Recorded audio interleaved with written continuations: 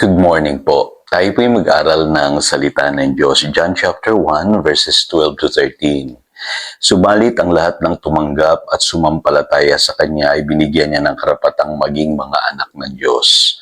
Sila nga'y naging mga anak ng Diyos hindi dahil sa isinilang sila ayon sa kalikasan o sa kagustuhan o sa kagagawa ng tao, kundi ang pagiging anak nila ay dahil sa kalooban ng Diyos.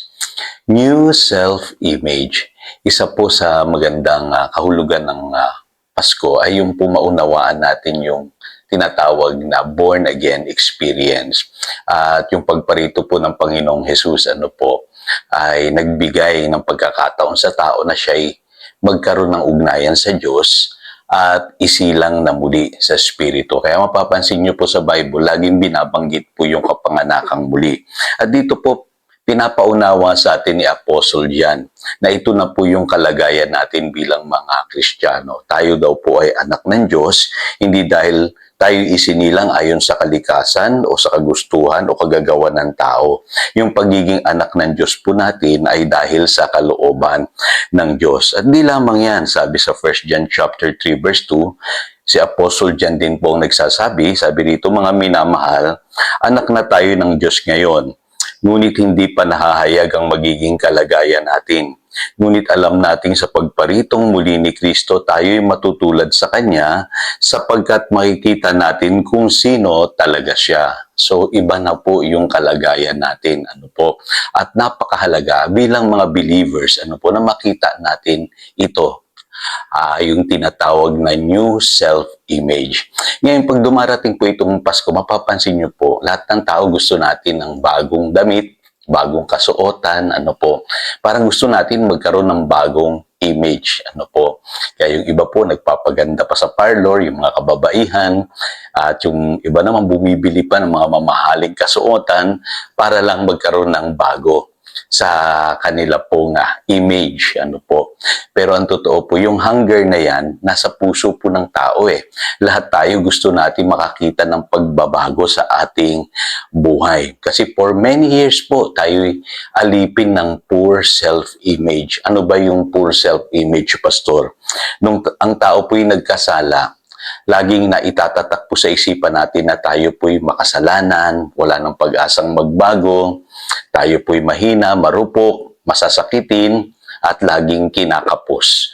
At lagi niyo pong tatandaan kung ano po yung iniisip natin sa ating sarili, yun po ang nagiging buhay natin. Kaya isipin niyo po, kung hindi mababago yung isipan natin ng salita ng Diyos, lagi nating iisipin na tayo'y makasalanan pa rin, marupok pa rin, laging nagkakamali, masasakitin, at laging nagkukulang.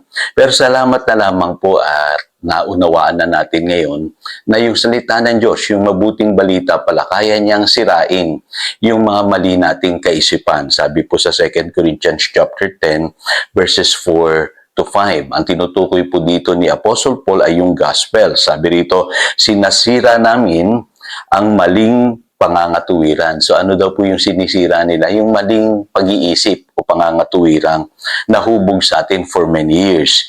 Ginagapi namin ang lahat ng pagmamataas laban sa kaalaman ng Diyos. Dahil po ang tao walang alam patungkol po sa salita ng Diyos, yung pangangatuwiran niya mali at nagmamalaki palagi sa Diyos, At binibihag namin ang lahat ng kaisipan upang matutong sumunod kay Kristo. Kasi itong isipan po natin, sanay po yung mag-isip ng mali. Nung hindi pa po tayo nabuborn again, yung mga pangangatuwiran po niyan, hindi sang-ayon sa sinasabi ng salita ng Diyos. Kaya ang nagiging buhay natin, ay katulad po nung ating iniisip. Lagi natin sinasabi, ako'y mahina, ako'y marupok, ako'y sakitin. Katulad ko nung araw, lagi kong iniisip na ako'y masasakitin. Hindi ako mabubuhay ng walang gamot. Kailangan may dala ako palaging gamot.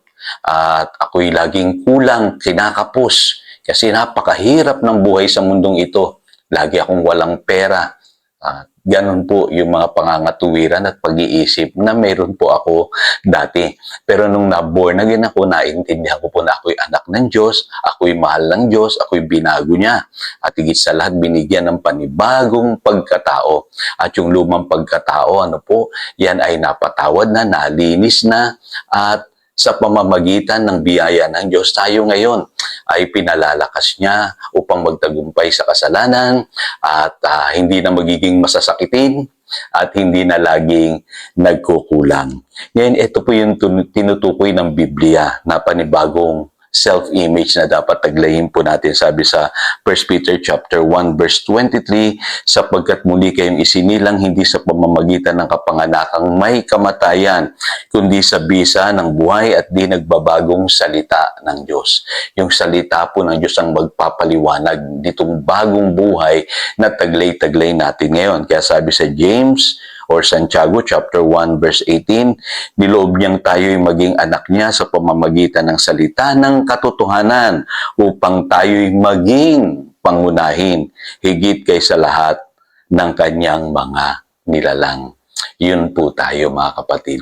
Yun ang nais ng Diyos na ipaunawa sa atin ngayong tayo'y mga anak na ng Diyos. Tayo po'y manalangin. Dakilang Diyos, salamat po. Dalayan ko po na maunawaan namin itong bagong self-image na meron kami, na kami po'y iyong mga anak, pinagpala, binago ang buhay, pinatawad, at binigyan ng buhay na walang hanggan.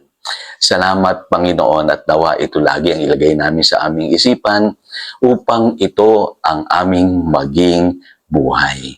Salamat, Panginoon, sa mga katotohanan ito, pinupuri ka namin. Yan po aming panalangin. In Jesus' name we pray. Amen. Again, ito si Pastor Jojo nagpapaalala upang daluyan tayo ng pagpapala, manatili tayo sa kanyang salita. Good morning.